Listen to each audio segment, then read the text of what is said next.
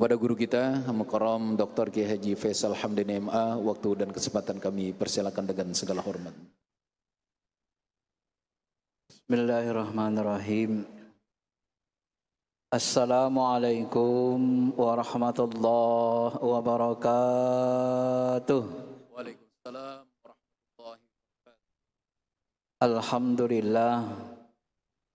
Alhamdulillahilladzi an'amana bi ni'matil iman wal islam wal ihsan wal ma'rifah wal afiyah. Asyhadu an la ilaha illallah wahdah la syarikalah. Wa asyhadu anna sayyidina Muhammad Rasulullah. Allahumma salli ala habibina syafi'ina wa maulana Muhammadin wa ala alihi wa sahbihi ajma'in, amma ba'd. Ma'asyiral muslimin, jamaah Istiqlal salat zuhur yang dirahmati Allah Subhanahu wa taala. Pada kesempatan ini saya akan menselingi bahasan kita dengan usul fikihnya. Bagaimana menyelesaikan dalil-dalil yang tampak bertentangan dalam fikih Islam. Dan ini dibahas dalam materi usul fikihnya. Bapak Ibu yang dirahmati Allah, Allah Subhanahu wa taala berfirman, "Wa'tasimu bihablillahi jami'a wa la tafarraqu." Berpegang teguhlah kamu dengan tali agama Allah, janganlah kamu bercerai-berai. Wa dzukuru ni'matallahi 'alaikum. Ingatlah nikmat Allah yang Allah berikan kepada kamu. Idzu kuntum a'da'am fa'alafa baina qulubikum fa asbahtum bi ni'matihi ikhwana. Kuntum ala syafa hufratin minan nar fa anqadhakum minha kadzalika yubayyinullahu lakum ayatihi la'allakum tahtadun. Yang maknanya berpegang teguhlah kamu kepada tali agama Allah bihablillahi jami'a. Wala tafarraqu, jangan kamu saling pecah belah. Jangan bercerai-berai. Jadi ayat ini secara jelas mengatakan umat Islam itu tidak boleh berpecah belah gara-gara beda memahami dalil, gitu ya. Kenapa? Ada buku yang menarik yang ditulis Yusuf Qaradawi. Kalau di Indonesia kan supaya mudah dipahami, buku itu judulnya Antara Perbedaan yang Dibolehkan dan Perpecahan yang Dilarang. Jadi yang kita dilarang itu adalah berpecah belah, bukan berbeda. Kenapa? Karena tidak bisa perbedaan itu dihilangkan. Sekelas Sayyidul Anbiya, Nabi kita Muhammad SAW, beliau lama iktikaf di masjid Muawiyah satu waktu. Dugaan kita, beliau ini paham bahwa akan terjadi perbedaan pendapat, bahkan peperangan antara Ali dan Muawiyah yang kita kenal dengan perang Siffin. Maka beliau munajat berdoa diam. Kalau Nabi sudah diam di dalam ilmu tasawuf, munajat, doa diam, itu sudah bisa nembus aras. Berdoa langsung ke Allah, mohon. Apa kata beliau? Ya Allah, jangan jadikan umatku meninggal dalam kondisi kelaparan. Kemudian ya Allah, jangan jadikan umatku berbeda pendapat. Ada 3 beliau minta. Yang dikabulkan Allah 2. Yang tak dikabulkan 1. Apa itu? Ya Allah, jangan jadikan umatku beda pendapat. Ini tidak dikabul. Makanya perbedaan pendapat itu nggak bisa dihilangkan. Kalau bahasa logisnya sederhananya, perbedaan itu sunnatullah. Sunnatullah itu nggak bisa dihilangkan. Jadi bagaimana caranya Ustaz? Ya harus bijaksana memahami, menyelesaikan perbedaan. Mensikapinya supaya menjadi alat, supaya jangan menjadi alat berkelahi dan pertempuran. Maka ulama usul fikih itu cerdas, diteliti bagaimana menyelesaikan perbedaan-perbedaan yang terjadi di antara dalil. Masyarul muslimin, jamaah Istiqlal yang dirahmati Allah. Kalau sebagian ulama hadis, memang sebagian ulama fikih pun mengatakan demikian. Cuma nanti ada perbedaan wawasan keilmuan antara ulama hadis dan ulama usul fikih. Kalau terjadi perbedaan gimana? Ya kembalikan kepada Quran Sunnah. Mereka kan gitu. Sederhananya benar, tapi rincinya belum tentu benar. An-Nisa ayat 59 mengatakan, ya ayyuhalladzina amanu atiullaha wa atiur rasul wa ulil amri minkum fa in tanaza'tum fi syai'in farudduhu ila Allah war rasul in kuntum tu'minuna billahi wal yawmil akhir dzalika khair wa ahsanu ta'wila. Wahai orang beriman, taatilah Allah, taatilah Rasul dan ulil amri, pemimpin-pemimpin di antara kamu. Fa in tanaza'tum, apabila terjadi tanaza', terjadi perselisihan di antara kamu, farudduhu ilallah, kembalikan ke Allah. War rasul, kepada Rasul. Pemahamannya yang lebih dalam, kembalikan ke Allah, tunggu wahyu, petunjuk Allah. Sekarang udah enggak turun lagi. Kalau tidak turun wahyu, tunggu bagaimana penjelasan dari qalbu Nabi kita Muhammad SAW. Berikan petunjuk. Kalau Quran tak turun. Nah, kalau Nabi nggak ada, gimana lagi? Gimana menyelesaikannya? Kembali kepada Quran, kembali kepada hadis, kembali kepada hadis. Nah, sebagian orang, sebagian ulama kita kembali kepada Quran Sunnah katanya. Benar, memang benar juga. Cuma kalau nanti diteliti, dikembalikan kepada Quran Sunnah pun tak semuanya selesai. Kalau Al-Quran hadis itu dipahami secara tekstual, tanpa ilmu. Contoh. Gak usah susah-susah, kasih contoh yang hari-harian kita alami. Dalam hadis dikatakan, hadis sahih, ada seorang sahabat sholat. Setelah dia sholat, dilihat Nabi, disuruh, kamu ulangi sholatmu, pergi wudhu lagi. Disuruh ulangi wudhu, ulangi sholat. Begitu sholat yang kedua, ulangi sholatmu lagi. Ya Rasul, gimana lagi caranya? Ini yang paling ku tahu, yang paling bisa. Kemudian sholat lagi. Kemudian dia suruh Rasul lagi ulangi. Diajarilah dia kalau sholat itu begini. Setelah rukuk tenang. Kemudian idal tenang. Tenang. Dan seterusnya. Lalu ada hadis mengatakan.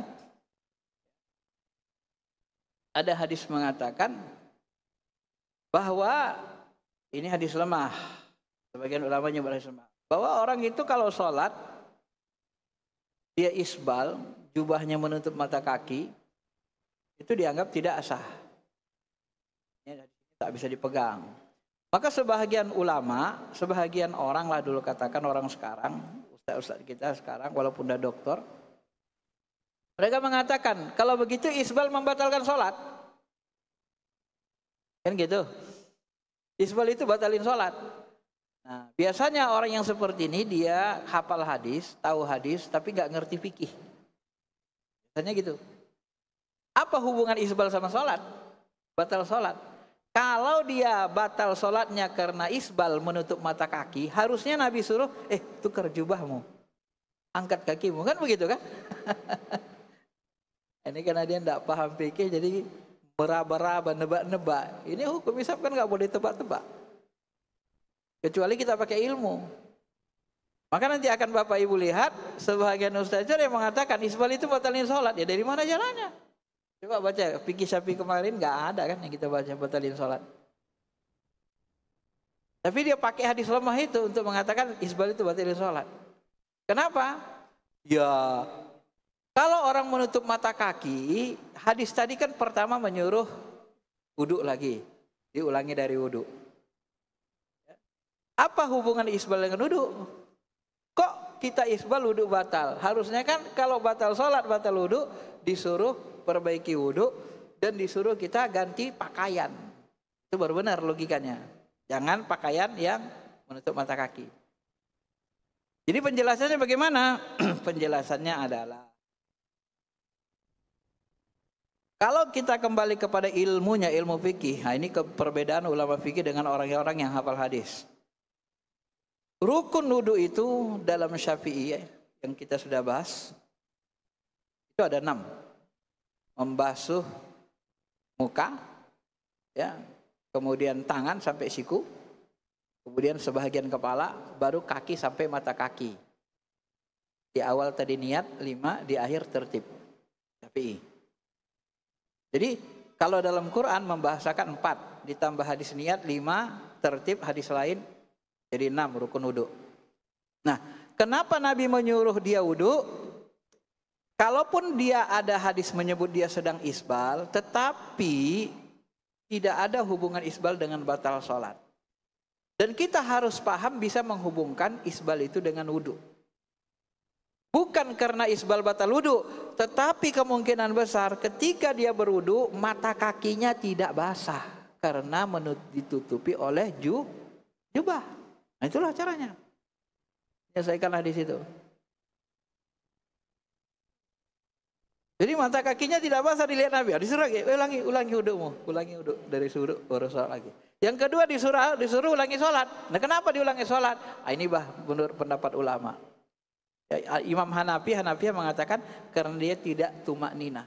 Habis ruku langsung aja gitu. Enggak ada tumak ninahnya. Kayak sholat patok ayam. Enggak ada tumak ninah, enggak ada khusyuknya. Nah, itulah fikih. Jadi jelas dia kan, yang pertama disuruh duduk lagi karena kemungkinan besar mata kakinya tidak basah. Yang kedua, dia tidak disuruh ulangi Nabi duduk lagi, tapi sholatnya itu tidak tumak ninah. Tercoverlah seluruh pemahamannya sesuai dengan ilmu fikih. Tapi kalau orang nggak paham fikih, apa yang dia katakan? Ya itu tumak ninah batalin sholat, batalin wudu. Nah, tumak ninah kok suruh wudu lagi? Apa hubungan tumak ninah sama wudu? Mana ada? Ya kan? Tumak ninah dalam sholat, apa hubungannya sama wudu? Nggak ada hubungan.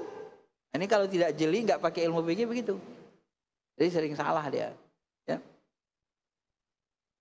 Masyarul muslimin, Bapak Ibu yang dirahmati Allah Subhanahu wa taala. Nah, itu kalau kita pahami kembali kepada Quran dan sunnah. Jadi sunnah yang dipahami itu pun kalau dipahami secara tekstual tidak pakai ilmu tidak selesai masalah. Maka Ibnu Qutaibah menulis dalam kitab ya, Ikhtilaful Hadis, Mukhtalaf Hadis. Begitu juga Imam Syafi'i punya kitab Mukhtalaf Hadis. Untuk apa ditulis itu? Menyelesaikan pemahaman-pemahaman hadis yang kelihatan ikhtilaf, berbeda. Contoh hadis lain di dalam kitab Ibnu Qutaibah itu disebut begini. Nabi SAW melarang kita buang air kecil menghadap kiblat. Itu hadisnya sahih. Lalu dalam hadis sahih lagi, Nabi SAW tiba-tiba buang air kecil menghadap kiblat. Loh, tadi ngelarang, ini ngelakuin. Gimana coba? Kembali kepada sunnah katanya. Sunnahnya saja beda kan sunnahnya. Bentrok. Atau contoh hadis lain, hadis sahih yang lain. Kata Nabi, batallah orang yang berbekam itu dengan yang dibekam. Itu hadis sahih Bukhari Muslim. Hadis sahih ya. Kemudian tiba-tiba ada hadis sahih lain mengatakan Nabi SAW berbekam ketika umrah dan ketika puasa. Padahal hadis sahih tadi yang pertama batallah puasa orang yang berbekam dan dibekam. Tiba-tiba hadis sahih yang lain Nabi SAW berbekam waktu umrah, waktu waktu ihram dan waktu puasa. Ini sama-sama sahih hadisnya. Loh. Tadi katanya kembali kepada Quran, kembali kepada sunnah. Nah, ketika kita kembalikan kepada sunnah, apakah bekam itu batalin puasa? Satu hadis bilang batal, satu lagi bilang tidak. Kita sudah kembali, tapi kalau kembali kepada pemahaman tekstual, enggak pakai ilmu, enggak selesai. Enggak selesai. Ini namanya ta'arud adillah dalam usul fikih. Sama seperti tadi kan, satu melarang buang air kecil menghadap kiblat, satu lagi Nabi melakukannya. Nah setelah diteliti, kata Ibnu Qutaibah, Nabi melarang buang air kecil menghadap kiblat itu di ruang terbuka. Ada sekatnya. Tapi di WC, di ruang tertutup, Nabi pernah kelihatan buang air menghadap kiblat. Maka hukumnya jatuh makruh. Itulah hadis itu. Sedangkan yang berbekam tadi, kata ulama mazhab Syafi'i, Hanabilah, Maliki, mereka tidak membatalkan. Bekam tidak batalin puasa. Walaupun hadisnya sahih. Kenapa? Setelah diteliti, maksudnya kata ulama hadis, ternyata Nabi mengatakan batallah puasa orang yang berbekam, yang dibekam. Maksud Nabi ketika Nabi lewat, Nabi melihat orang berbekam itu dan yang membekam sedang menggibah, mengata-ngatain orang lain. Maka dimaksudkan Nabi di situ batal pahala puasanya. Ya. Menggibah mereka, batallah kalau orang yang bekam dan berbekam itu. Habis pahalanya. Kadang gibah mereka berdua lagi bekam. Citain orang, citain aib orang lain. Nah itu jadinya. Ya. Jadi kalau kita kembali kepada Quran Sunnah, belum tentu tidak berbeda. Karena sunnah itu mengandung ta'arud adillah. Harus dipahami pakai ilmu namanya. Melihat asbabul wurud hadis, latar belakang hadis. Itu makanya di dalam usul fikih menyelesaikan ta'arud adillah, dalil yang bertentangan ini bagaimana cara pertama? Cara pertamanya adalah melakukan jam'u wat tauqif. Taufiq. Jam'u, menggabungkan, taufik, digabungkan dia. Hadis-hadisnya sama-sama sahih, nggak bisa dibuang sama sahih kok. Baru ditelitilah latar belakangnya, sebab belurnya. Oh ternyata begini, oh ini begini, oh ini. Harus selesai. Jadi jangan bilang kembali kepada Quran Sunnah, belum tentu. Kenapa belum tentu saya katakan? Ya begitu. Kalau kita memahami Al-Quran dan Sunnah secara tekstual, ya bintroh juga. Bahkan orang-orang misalnya Bapak Ibu kan mungkin kenal dengan Ahmad Mustadiq, ya kan? Karena Ahmad Mustadiq kan, Bapak Ibu tahu Ahmad Mustadiq mengaku jadi nabi berdasarkan Al-Quran, berdasarkan hadis. Dia pakai Quran hadis, jangan main-main.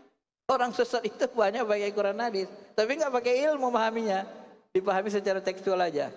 Coba nih lihat ayatnya ini. Kenapa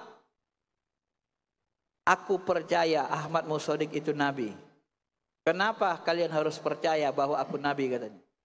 Karena namaku sudah disebutkan dalam Quran, Ahmad Mustadiq. Ini ayatnya. As-Saff ayat 61. Wa idza qala Isa ibnu Maryam ya bunayya ya bani Israil inni rasulullah ilaikum musaddiqan lima baina yadayhi minat taurati wa mubasysyiran bi rasul ya'ti min ba'dihi ismuhu Ahmad. Ingatlah ketika Isa putra Maryam mengatakan, Bani Israel, sungguhnya aku utusan Allah, membenarkan kitab yang turun sebelumku, yakni Taurat, memberi kabar gembira akan datang seorang rasul sesudahku yang namanya Ahmad. Oh, namanya Ahmad. Itu nama saya sudah disebut Tuhan dalam Quran katanya. Jadi Mustadiqnya dari mana? Mustadiqnya itu tugas Nabi Ahmad, yaitu musaddiqan lima baina yadayhi. Al-Maidah ayat 48 menjelaskan, wa anzalna ilaikal kitab, kuturunkan kepada engkau kitab bil haqqi, dengan benar. Untuk apa? Musaddiqan lima baina yadayhi, untuk membenarkan kitab-kitab sebelummu. Maka aku itu tugasku Mustadiq, maka namaku Ahmad Mustadiq. Apa Ahmad Mustadiq? Nabi Ahmad yang membenarkan kitab Injil, Taurat, Zabur, membenarkan kitab Tripitaka, digabungkannya semua agama. Kira-kira logis enggak itu?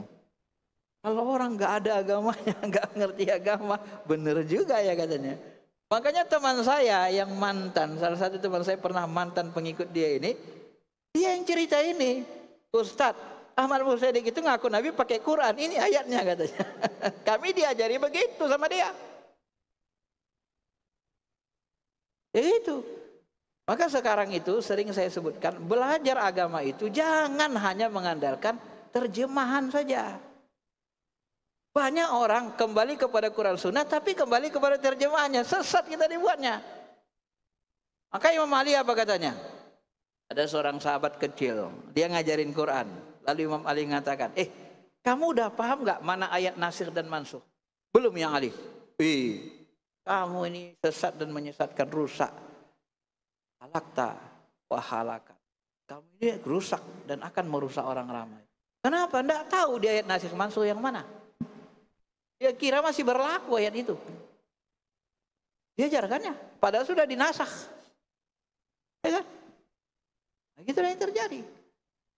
Karena juga ulama tadi mengatakan hadis yang mengatakan bekam itu batal itu sudah dinasakh oleh Nabi SAW. Ada juga yang berpendapat itu lama. Makanya imam mazhab itu tidak membatalkan puasa. Bekam itu tidak batalin puasa sama mereka, makruh. Tapi Hanafi, Malik enggak batal puasa, Pak. Jadi kadang-kadang imam mazhab itu bertentangan dengan hadis. Dia enggak ngerti hadisnya. Dia paham, dia memahami hadis pakai terjemah. Imam mazhab memahami hadis pakai ilmu. Nyalahin imam mazhab lagi. Masyiral muslimin, Bapak Ibu yang dirahmati Allah Subhanahu wa taala.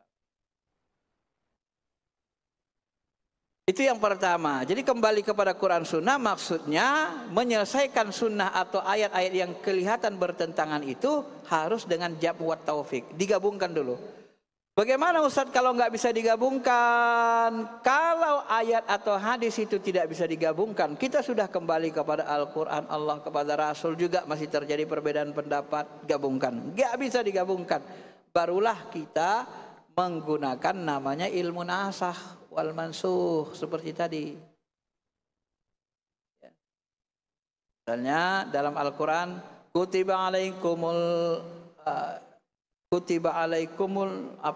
diwajibkan atas kamu wasiat, ya, ayat tentang wasiat. Iza hadara ahadukumul maut. Jika kamu mau meninggal, sudah mau datang maut, mau sakaratul maut. Iza hadarakumul maut, wasiyah, berwasiat kepada lil walidin, kepada walidain, orang tua, anak-anak dan seterusnya, wal aqrabin. Itu kutiba alaikum, diwajibkan atas kamu. Iza ahadarakumul maut, ketika mau meninggal wajib kalian berwasiat kepada orang tua kamu, anak-anak kamu, aqrabin dan keluarga. Nah, jadi wasiat itu wajib. Berdasarkan ayat ini. Apakah wasiat itu wajib? Ternyata ayat ini sudah dinasakh kata Imam Syafi'i. Kenapa? La wasiyata liwaris. Ada hadis sahih ahad mengatakan tidak boleh berwasiat kepada ahli waris. Jadi kalau kita mau meninggal nanti, jangan kita wasiatkan, nak, yang rumah itu nanti ruko itu buatmu, kebun itu buatmu. Yang lain nggak dapatan, nggak boleh. Tidak boleh berwasiat kepada ahli waris. Kenapa? Karena ayat ini sudah dinasakh, kata sebagian ulama termasuk mungkin Ibnu Abbas dalam tafsir, sudah dinasakh dengan ayat-ayat waris. Anak laki-laki dapat bagian 2 kali bagian anak perempuan, sudah dinasakh. Tiba-tiba mau meninggal, udahlah untuk anak perempuan aja lah itu semua ya. Sebagian separuh itu anak laki-laki, nggak boleh. Kecuali ahli waris sudah ridho semua. Maka waris itu, wasiat itu maksimal sepertiga. Di atas sepertiga nggak boleh. Kenapa? Ada hak waris. Gak sembarangan. Karena sudah dinasakh dia ayat itu. Jadi dalil itu yang kadang-kadang membuka pintu perbedaan. Maka kembali kepada Quran Sunnah dimaksudkan di situ, kembalikan kepada Quran Sunnah. Kemudian Quran kepada Allah, kepada Sunnah, kepada Rasul. Kalau Rasul tidak ada, kembalikan kepada pemahaman ulama pewaris Rasul. Itulah ulama-ulama besar ahli ilmu. Mereka lah yang memahami, mendudukkannya nanti. Baru nanti selesai masalahnya, selesai perbedaannya. Jadi kembali kepada Quran Sunnah dimaksudkan adalah kembali kepada Allah, kembali kepada Rasul. Kalau nggak Rasul masih hidup, ya Rasul begini, selesai. Kalau Rasul sudah wafat, kembalikan kepada ulama pewaris Rasul. Karena ulama itu pengganti Rasul. Kembalikan mereka. baru selesai. Karena mereka yang mengetahui, yang berilmu, ya. Yang ketiga, cara menyelesaikannya adalah dengan cara apa? Baru dilakukan tarjih. Nah, kalau dalam Muhammadiyah kan ada majelis tarjih. Nah, itu tarjih. Tarjih itu langkah ketiga sebenarnya. Ya. Di dalam usul fikih digabungkan dulu, dicari ilatnya, dicari konteksnya. Nggak bisa baru dinasakh. Mana yang lebih dulu turun, mana yang belakangan lebih dulu dihapus hukumnya. Nggak bisa baru dijatuhkan salah satunya. Mana yang lebih sahih? Ya. Mana lebih sahih? Kadang-kadang ini ada perbedaan. Kunut subuh. Kunut subuh sebahagian orang melakukan tarjih. Kenapa? Karena dianggap kunut subuh itu lebih lemah hadisnya daripada hadis yang mengatakan tidak kunut. Nabi tidak kunut subuh. Itu dianggap lebih kuat. Nabi kunut subuh selama sekian lama, kemudian dihentikan. Itu kunut nazilah, bukan kunut subuh kata mereka. Maka mereka tarjih itu. Sebenarnya di dalam ilmu usul fikih nggak boleh ditarjih itu dulu sebelum dilakukan jam'u wa taufik. Digabung dulu. Bisa nggak digabung? Bisa. Makanya Syafi'iyah itu menggabungnya. Yang dimaksud dilakukan Nabi kunut lalu ditinggalkan itu bukan kunut subuh, doanya beda, itu kunut nazilah. Yang dari Anas bin Malik riwayat Abu Daud itu sahih juga, itu kunut subuh sepanjang hidup Rasul sampai wafat. Itu sama-sama sahih. Ya. Nah, ini sebenarnya Imam Syafi'i di situ. Maka ulama usul fikih ini Mesir ya pakai Syafi'i karena lebih kuat dia. Kebanyakan gitu. Jadi kalau dua terjadi bentrok dalil itu jangan langsung langkah ketiga tarjih, enggak, jam'u wa taufik dulu. Bisa nggak digabungkan? Kalau bisa itu dipakai dulu. Kalau nggak bisa baru nasah, kalau nggak bisa baru tarjih dijatuhin. Tarjih itu namanya berasal dari kata jarah, melukai. Maka ada ilmu jarah wa ta'dil. Kalau bertentangan hadis riwayat sahabat kecil dengan sahabat besar yang kita ambil.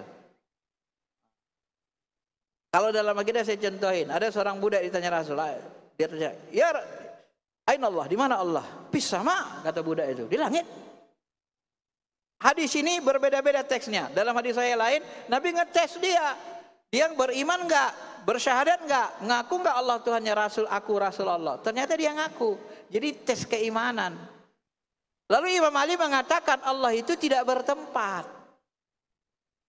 Sementara budak tadi mengatakan Allah di langit. Kita milih mana? Ya milih Imam Ali lah. Kalau Imam Ali secara sahih dalam kitab Al-Farqu Bainal Firaq dikutip oleh Imam Al-Baghdadi, di situ dikatakan bahwa Imam Ali mengatakan Allah itu tidak bertempat, ini lebih kuat kita pakai daripada Allah di langit. Menjelaskannya gitu. Masa kita dulukan pendapat budak daripada Imam Ali, kan gak logis kan? Ini namanya mentarjih namanya. Kalau bertentangan nggak bisa disatukan tarjih. Tapi mungkin di situ bukan mengandung tempat, tapi bisa jadi ketinggian kalau dimaknai. Itu model Ahlus Sunnah wal Jamaah memahami dalil gitu ya. Karena langit itu lambang ketinggian, bukan tempat zat.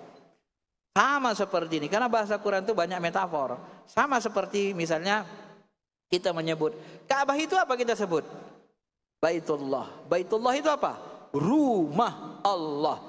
Pertanyaan saya, apakah Allah bertempat di Ka'bah karena itu rumahnya?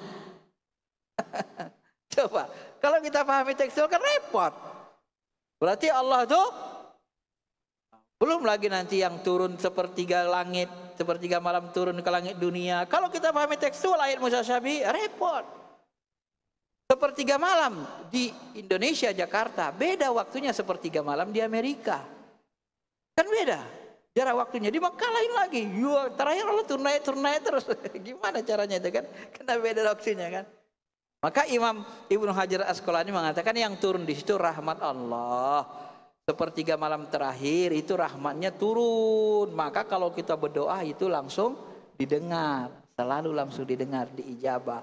Bukan zatnya yang turun begitu. Itu lebih selamat untuk ditakwil, karena yang bisa mentakwil itu ahli ilmu. Ayat mutasyabiah itu selalu nggak boleh dipahami secara tekstual, harus ditakwil. Itu model memahami dalil, harus tahu ilmunya. Ini ayat-ayat mutasyabiah dipahami tekstual ya hancur. Allah bertangan, yadullah fawqa aydihim. Allah berkaki, Allah bertelapak kaki. Jadi terletakkannya telapak kakinya di neraka, langsung neraka itu. Akhirnya Allah bertangan berkaki. Kalau nggak ada dalilnya nggak usah disebut. Nggak ada dalil Allah itu punya kepala. Berarti bertangan berkaki tak berkepala. Repot. Karena nggak ada ayat mengatakan Allah berkepala. Nggak bisa begitu memahami tekstual. Harus dipahami dengan ilmu. Segala ayat hadis itu ada ilmunya masing-masing. Maka kita pahami dengan ilmu. Yang terakhir, kalau tidak bisa disatukan, maka ditawakufkan. Tawakuf itu apa? Diamkan. Silakan aja mau ngamalin yang mana. Itu dia. Silakan mau ngamalin yang mana. Karena udah nggak bisa disatukan lagi, sama-sama sahih hadisnya. Ya sudah. Itu pilihan saja. Banyak kasus-kasus yang seperti itu. Nabi SAW melihat orang puasa. Lalu dia lelah sekali. Gak mau dia buka. Lalu Nabi katakan. Apa kata Nabi SAW? Tidak ada kebaikan. La khairus yampis safar. Tidak ada kebaikan bagi orang yang puasa ketika safar. Tiba-tiba hadis lain mengatakan. Ada orang puasa. Dan dia musafir juga. Nabi lihat. Dia santai-santai aja. Dia puasa. Gak dalam kesulitan. Santai aja puasa aja terus. Nabi gak ngomong apa-apa. Loh, tadi Nabi katakan tidak ada kebaikan bagi orang yang puasa dalam kondisi safar. Satu lagi Nabi melihat orang safar puasa, Nabi diam. Itu kan beda, itu konteks hadis kan. Maka Umar bin Abdul Aziz mengatakan, apa kata Umar bin Abdul Aziz? Itu sebenarnya puasa itu tergantung, keutamaannya tergantung dalam kondisinya, hukumnya. Kalau kita safar kondisinya sangat susah, menyusahkan, hampir menyambung nyawa, maka wajib buka. Tapi kalau kita puasa, semusafirnya kita puasa, tapi nggak ada kesulitan. Kita terbang ke Australia, terbang ke luar negeri, naik pesawatnya kita, duduk aja kerjanya, puasa. Ngapain buka? Oh nggak ada susahnya kok. Tapi kalau kita musafir naik unta 500 km atau ke Wasal Korni ngangkat ibunya, gendong ibunya dia dari Yaman ke Madinah puasa, nggak bisa. Itu menyiksa diri. Itu buka. Itu maksudnya. Jadi tergantung konteksnya. Begitulah ulama-ulama besar itu menyelesaikan masalah. Ya mudah-mudahan bisa dipahami dengan baik. Bagaimana cara ulama kita menyelesaikan masalah dalil-dalil yang bertentangan. Jadi perkataan supaya tidak terjadi pertentangan kembali kepada Quran Sunnah itu harus disarahkan kembali kepada Al-Quran dan Sunnah. Kalau Nabi tidak ada, kembalikan kepada Nabi. Kalau Nabi tidak ada, kembalikan kepada pewarisnya, pemahaman ulama-ulama. Baik, saya kira itu saja. Tak terasa sudah jam 1.